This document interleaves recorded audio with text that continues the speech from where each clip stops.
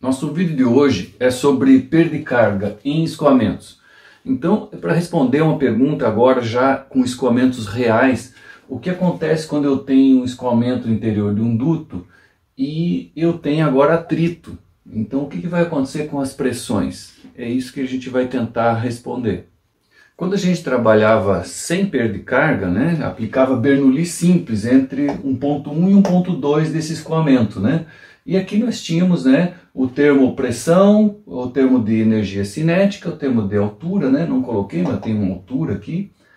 Era igual isso somado dá a energia que esse fluido tem nessa região. Nós dizíamos que essa energia é igual à energia aqui no ponto 2. Então, isso aqui como se fosse a nossa energia de um lado é igual à energia aqui na saída 2 do outro lado. Isso eu posso modificar essa equação, já vou fazer aqui direto. Se um é igual ao outro, eu posso fazer isso menos isso é igual a zero, certo? Mas quando eu tenho perda de carga, a energia daqui não é daqui. Eu tenho perda de energia devido ao atrito do fluido com a superfície do duto, entre o fluido, e eu vou ter uma redução da minha energia aqui. Então a energia 2 é menor, então não é mais igual a zero. Isso aqui é igual a uma perda, né, de energia, um valor. Essa perda de energia é chamado muitas vezes de perda de carga. Então é isso que a gente vai ver, quanto que vale essa perda de carga. Os livros aí que a gente segue chama essa perda de carga como H de altura, que está relacionado com a altura, LT, loss total, ou perda de carga total. Mas essa perda de carga, ela é distribuída ao longo do duto, mas também eu posso ter aqui um registro, uma união entre dois canos, e aí eu tenho pequenas irregularidades que fazem perder mais energia, uma curva, o joelho, cotovelo, etc e tal. Então, divide-se essa perda de carga total em duas, só para a questão de estudar. Uma é uma perda de carga só do duto, ou seja, distribuída ao longo da canalização, e mais uma perda de carga que é localizada, ou seja, quando eu tenho acessórios, então chama perda de carga de acessórios ou perda de carga localizada. Então, a distribuída ao longo da canalização e as localizadas nos acessórios, uniões, curvas e válvulas. Alguns livros chamam isso aqui de HL e isso aqui de HLM, mas depende o autor. Então vamos pensar juntos quais são as variáveis que correlacionam com essa perda de carga distribuída ao longo da canalização. Podemos pensar, no primeiro momento, velocidade. Quanto maior velocidade eu tenho, mais um gradiente de velocidade eu tenho dentro no fluido em si, né, em relação à parede. Então, certamente, a velocidade aqui está correlacionada. Então, posso ter a velocidade, comprimento do duto, né? Então um duto mais comprido, eu, claro, vou perdendo mais, né, perda de carga. Então tem o L aqui, o comprimento do duto, pode ser que está relacionado também com o diâmetro e com as propriedades aí do fluido. O fluido mais denso, eventualmente, então podemos botar um ρ. Um fluido mais viscoso, vai ter mais, né, dificuldade desse fluido passar. Então certamente aí está Mi, né? Viscosidade, o que mais? Temperatura, podemos botar aqui temperatura, pressão.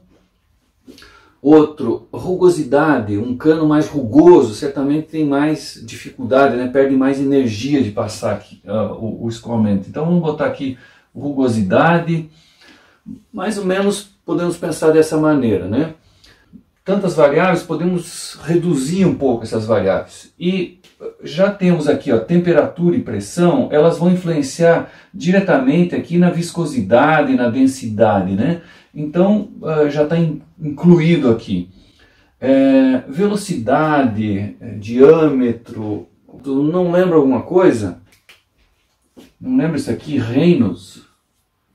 Rho, V, D sobre Mi, opa, e já entrou aqui, ó, densidade, etc. Por isso que os números adimensionais e o Reynolds aqui é importante, porque isso auxilia em redução do número de variáveis. Então, tudo aquilo foi reduzido nessas variáveis. Aqui está a velocidade, comprimento, diâmetro e criado aqui um F, que é um fator de perda de carga.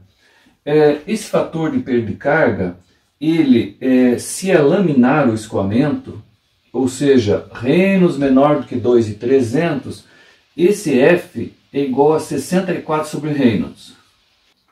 Se o Reynolds for maior do que 2,300, eu já tenho escoamento turbulento e eu não tenho uma equação como essa. Eu tenho um diagrama chamado diagrama de Moody. Nesse diagrama eu tenho o F em função do Reynolds. E para um cano liso, eu primeiro então determino qual o Reynolds que está passando nessa canalização e venho aqui e acho o valor de F. E com isso tenho F, tenho L, tenho D, tiro então a perda de carga nessa tubulação com dado comprimento. Ponto. Agora, se o cano não é liso, se ele tem uma rugosidade, então isso faz aumentar a minha perda de carga, ou seja, aumentar o meu F. Então nesse diagrama, na verdade eu tenho famílias de curvas e aqui a rugosidade vai aumentando. Essa rugosidade vocês vão ver em mecânica dos fluidos, mas ela é a altura dos picos da rugosidade dividido pelo diâmetro da tubulação. Então esse E é aqui um duto onde que eu tenho a rugosidade. Esse E é a altura aqui entre picos e vales, a altura média de picos e vales dividido pelo diâmetro da tubulação.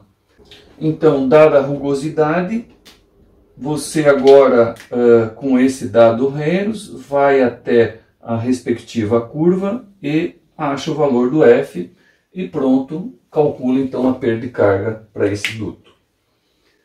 Agora, note uma coisa interessante. Quando eu tinha escoamento laminar, não apareceu a rugosidade. A rugosidade só foi aparecer para Reynolds maior que 2,300, turbulento. Aí eu tenho aqui nesse gráfico a rugosidade. Para laminar, não apareceu nada. Por quê? Um motivo é o seguinte: quando eu tenho escoamento laminar, ele passa por cima, podemos entender, dos picos e vales, então não é muito influenciado. Quando começa a ter escoamento turbulento, ele começa a ser influenciado, essa turbulência, pelos picos e vales, ele entra dentro dos picos e vales, e por isso que eu começo a ter dependência. Então, essa é uma das explicações, né? Notem aqui no diagrama de Moody, onde que, eu começo aqui 2,300, porque é o escoamento turbulento, mas na parte menor que 2,300 é essa equação que vale aqui. Ó. Então, se plotar essa equação, ela dá alguma coisa aqui. Ó. E tem uma região, na prática, não é 2,300 exatamente, você tem uma região que é meu desenho tá bom, mas é um cinza, que é a região de transição. Então, isso depende, pode ir até 4.000, 5.000, 6.000 Reynolds, o que você escolhe quando chegar aqui. Dependendo do teu projeto, considera que tem uma perda de carga maior pela segurança. Então aqui temos nosso diagrama de Moody. Do lado esquerdo, aqui eixo Y, temos o fator F, fator de fricção, e no X o número de Reynolds. E o que vemos aqui? Essas famílias de curvas. Então vemos a primeira curva aqui mais de baixo, é para um tubo liso. Então, se eu tenho lá, por exemplo, um Reynolds 2 vezes 10 na sexta, note que isso aqui é a escala logarítmica, que é 1 vezes 10 na sexta, 2 vezes 10 na sexta. Eu pego com aqui, a partir de 2 vezes 10 na sexta, subo até encontrar a curva do tubo liso e ando à esquerda até encontrar o fator de atrito aqui, 0,01. Mas notem que tem mais curvas, São as curvas relativas a tubos, então, rugosos, aonde que eu tenho vários valores da rugosidade relativa. Relativa é a absoluta, epsilon ou E, sobre o diâmetro do duto. Então, aqui já tem uma tabelinha que diz para alguns materiais, alguns valores aí aproximados de qual é a rugosidade absoluta, o E, Então, para o teu duto, digamos que você vai lá e calcula que dá uma rugosidade 0,02 relativa. Então agora é essa curva que você vai utilizar para aquele teu caso. Então digamos que você tem o mesmo Reynolds lá 2 vezes 10 na sexta. Agora você vai subir até a curva que eu já esqueci o que eu falei, 002, né? Essa aqui. Então chegou nessa curva do teu duto, anda à esquerda e vai achar o novo valor. Notem que aqui também é aproximado, né? É também uma escala logarítmica, né? Então eu chutaria aqui 0,025, tá? E esse é o fator de atrito. E pronto, é isso aí. O Reynolds então é velocidade média, que se está no teu duto. E que mais? Temos aqui, ó, uma curva aqui para Reynolds baixos, né? Lembrem que é o 64 sobre Reynolds, é a equação que eu posso utilizar para o fator de atrito para laminar. Então eu posso utilizar a equação ou posso vir direto aqui no diagrama de Moody sem precisar fazer a conta da equação. Então eles simplesmente plotaram a equação aqui. Então 2.300 está aqui, 1 vezes 10 aqui é 1000, esse aqui é 2300. Então eu posso ir até uma certa altura usar usar esse fator de atrito aqui para Reynolds menor que 2.300.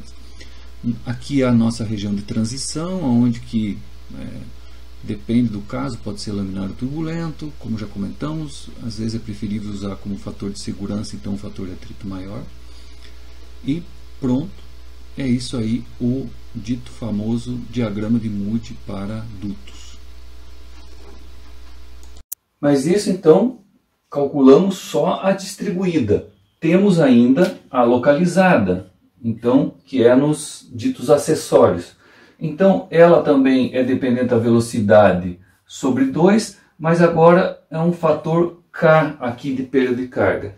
E esse K normalmente é tabelado. Então, depende, por exemplo, se eu tenho um tanque d'água aqui, ó, por exemplo, e eu tenho um cano saindo aqui, ó, essa constricção, essa entrada aqui, dá uma perda de carga localizada. Isso aqui tabelado, K igual a 0,5. Mas se agora eu pegar esse mesmo tanque, ao invés de fazer um canto vivo, fazer um arredondado, assim, né? Eu já tenho uma perda de carga menor. Então essa perda de carga aqui vai caindo. Então esse fator, né? Por exemplo, aqui vai 0,1. Depende desse raio, né? Quanto maior o raio aqui, melhor vai dando perda de carga. Então nesse cano aqui eu poderia ter alguns acessórios aqui, algum registro, etc. Notem que não tem comprimento, porque ele é considerado que o comprimento é desprezível. Então eu tenho os acessórios aqui que não vão afetar o comprimento do duto. E eu simplesmente vou somando as perdas de cargas. Então, na verdade, isso aqui tem um somatório. Se eu tenho vários acessórios, por exemplo, aqui está esse duto aqui, ó. Esse duto aqui, por exemplo, agora aqui eu tenho uma emenda aqui. Eu já tenho outro K aqui. Agora aqui eu tenho um registro semiaberto. Dá um dado K. Então o fabricante às vezes pode dar o K em função de quanto o registro está aberto ou fechado. 100% aberto e ainda tem um dado K. Vou fechando, vai aumentando o K. Aqui eu tive um joelho, uma curva, alguma coisa, dá um dado K. E aí eu vou somando então todos dos acessórios. Agora, uma outra dúvida, qual a velocidade? A velocidade é a velocidade que passa no acessório. E essa velocidade? É velocidade 1 ou 2? Eu tinha feito um errinho, estava 1 aqui, é 2, né? Óbvio, dessa parte aqui. E essa aqui, essa velocidade do distribuída, será que essa velocidade é 1 ou é 2 ou é diferente? É a velocidade que está no duto que eu estou avaliando, que tem um certo diâmetro. Mas, no nosso caso, se esse duto tem diâmetro constante, V1 é igual a V2, que é igual à velocidade que está passando em qualquer ponto desse escoamento. Pergunta, mas se tem perda de carga, aqui tem mais pressão, a velocidade aí não é menor aqui? Pense em essa. Resposta é o seguinte, não. Mesmo que vai aumentando a pressão aqui, não vai freando o fluido. Por quê? Porque na nossa consideração nós estamos trabalhando com fluidos incompressíveis. Então, ρ V1A1 igual a ρ V2A2. Se o ρ não varia e o A não varia de entrada e saída, a velocidade também não varia. Então, tudo que entra aqui, sai lá, toda vazão que entra aqui, sai lá, toda velocidade de entrada igual a velocidade de saída. Isso é essa nossa consideração. Então, nesse caso, V1 igual a V2, que é igual a V, né? Poderia botar um só aqui. Mas eu tenho casos onde que, eventualmente, eu tenho aqui uma redução do meu diâmetro da canalização. Então, quando eu tenho uma redução, opa, já vou ter aqui um K aqui dessa redução, né? Que já vou ter que calcular que vai ter uma perda de carga nessa redução. Tem tabelas para isso. Mas o que eu vou fazer então? Eu vou dividir a perda de carga nesse trecho e aqui eu tenho outra perda de carga. Então, na real, isso aqui é um somatório, aonde que eu teria no trecho A, né, um A aqui e um trecho B. Aí eu calcularia qual é a velocidade do trecho A, a velocidade do trecho B, os respectivos diâmetros, etc. E por isso, então, sempre é um somatório. Eu vou picando, né, dividindo a minha canalização em pedaços e fazendo assim mesmo com os acessórios. Vou colocando aqui, somando todos os acessórios que eu tenho. Vocês vão ver mecânicos fluidos, muitas vezes não é dado, por exemplo, em curvas e canalizações ou em emendas aqui, não é dado o K dela. O fabricante só diz, olha, essa minha junção, ela dá uma perda de carga equivalente a 2 metros de canalização. Então, ele dá um L equivalente. Isso então facilita na hora do cálculo que, se você tinha aqui um cano de 10 metros e aqui tinha essa união, você soma mais 2. Então, se calcula como se fosse 12 metros e acabou. Não precisa fazer esse cálculozinho aqui para essa emenda aqui, né?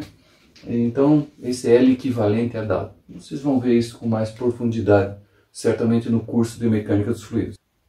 Mas afinal, para que se faz isso tudo? Para que esses cálculos todos? Querem ver um exemplo? Digamos que você vai estar trabalhando num projeto onde você quer dimensionar uma bomba que você vai colocar aqui. E você quer saber qual é a pressão de saída, ou seja, qual é esse P1 aqui, é a tua variável que você precisa saber. Então, conhecendo isso aqui tudo, conhecendo a vazão que você quer, que é dado de projeto, etc., o tipo de cano, etc., você calcula essa parte da equação, então está conhecido, você tem altura, você tem velocidade, você tem essa pressão aqui na saída, etc., tem essa velocidade aqui na entrada, sai a pressão aqui no ponto onde que você quer colocar essa bomba. Se isso aqui for jato livre, aqui é uma saída aqui do jato livre, você quer fazer esse dimensionamento, qual é essa pressão aqui? Já falamos sobre isso num vídeo, né? Nós vamos ver isso, não desista de assistir, nós vamos ter um experimento agora e aonde a gente vai visualizar qual é a pressão aqui na saída. Isso é feito, depois lá explicado, é colocado vários caninhos aqui, ó, e esse aqui é cheio d'água, o quanto a água sobe aqui nesse caninho, ρGH dá a pressão. Então, com os vários caninhos, a gente vai ver a distribuição de pressão ao longo de uma canalização. É bem interessante. E para finalizar, aproveitar que está aqui a equação, vocês vão ver em alguns livros, isso aqui tudo é dividido por G. Então, aqui fica G, G aqui, corta, e aqui também vai aparecer um G, né? Então, isso aqui às vezes é chamado de gama, que é o peso específico, e então esse H aqui fica um H modificado. Eu gosto de utilizar o que a gente viu até agora, que é o Fox McDonald, que é o livro-texto que eu aprendi, então eu uso assim, mas vocês vão ver maneiras diferentes também, né? Vamos fazer uma parada aqui para dar uma analisada nisso aqui. Imagine que se não tivesse perda de carga. Então, se não tiver perda de carga na nossa equação, isso aqui é zero. Nesse nosso caso, as alturas são iguais, E1 igual a Z2, e vamos estar analisando entre um ponto 1 e 2 na saída. O diâmetro de entrada é igual ao diâmetro de saída na nossa canalização. Ou seja, a velocidade V1 é igual à velocidade V2, com ou sem perda de carga, não importa se for fluido incompressível. Então aqui temos V1 igual a V2. Com isso, sobrou o quê? P1 igual a P2. Então, sem perda de carga, a pressão que eu tenho aqui na entrada, nessa altura, ela tem que ser igual lá na saída. Mas o que acontece, né? O que já vimos, né? Vai aumentando a velocidade aqui na região de constricção, a pressão cai e depois retorna, ou seja, eu tenho uma recuperação de pressão plena. Chego na mesma pressão de saída aqui, P1 igual a P2. Mas, se eu tenho perda de carga, agora eu vou ter que a minha pressão não vai mais cortar, vai ficar o HLT. Aqui eu posso isolar o P2. P2 vai ficar igual a P1 menos ρ perda de carga total. Ou seja, a pressão 2 é menor do que a pressão 1, essa quantidade aqui. E é isso que a gente viu lá. A pressão 2 aqui no final vai ficar um pouco abaixo. Não, e todas elas vão caindo um pouquinho mais, né? Devido a essa dita perda de carga. Ou seja, eu não tive a recuperação de pressão que devia ter. E isso aqui está equivalente à minha pressão, minha diferença de pressão, a minha altura aqui, equivalente à minha perda de carga. O atrito reduziu minha energia do sistema. Agora eu tenho uma energia menor aqui na parte 2. Essa energia aqui então é menor, caiu em pressão. Já que a velocidade não caiu, a altura também não caiu, quem pagou o preço foi a pressão. E aproveitar aqui que está essa equação que eu esqueci de falar, é que essas velocidades, eu posso ter aqui um perfil de velocidade, né? Então são velocidades médias. Inclusive aqui na perda de carga também usa a velocidade média. Vocês vão ver depois tem um alfa, um coeficiente aqui para usar a velocidade média para ter a mesma energia, mas já pode imaginar dessa maneira. Vou aproveitar a parada do vídeo para falar de um outro dispositivo que a gente vai ver logo em seguida no experimento. A placa de orifício nada mais é do que uma constricção aqui, normalmente quase se fosse uma arruela colocada aqui dentro, né? Então o meu fluido vem aqui e ele tem aqui um aumento de velocidade aqui, né? E aí, aqui até tem uma leve recirculação, chamam o que a gente diz a vena contracta, contração aqui da veia. Então, isso aqui faz, na entrada tem uma pressão maior, e aqui na região onde que eu tenho então um aumento de velocidade, Bernoulli puro, né, que aumentou minha velocidade, cai a minha pressão. Então eu tenho uma pressão menor aqui. E essa aqui é a leitura, né, correlacionada com essa vazão, com essa velocidade que está passando. Mas notem, se não tivesse perda de carga, então o que aconteceria? Depois que esse escoamento voltasse a ter a mesma velocidade lá, digamos que eu tivesse aqui uma velocidade V1 de entrada, depois de uma certa distância, eu vou ter a mesma V1, né? V2 igual a V1 aqui, e colocasse agora um tubinho, ia acontecer igual vimos lá, né? Aqui a pressão ia cair e depois voltaria à mesma pressão de entrada, se não tivesse perda de carga. Como tem perda de carga, eu não volto um pouco mais abaixo. Na verdade, bem mais abaixo do que o Venturi, porque aqui eu tenho mais perda de carga devido a tudo isso aqui, né? Atrito, turbulência, etc. e tal. Então poderia-se pensar por que, apesar de eu perder tanta energia num medidor de placa de orifício, ainda utiliza esse sistema para medir vazão. Porque é muito simples de construir. Então no meio industrial ainda se utiliza muito placa de orifício.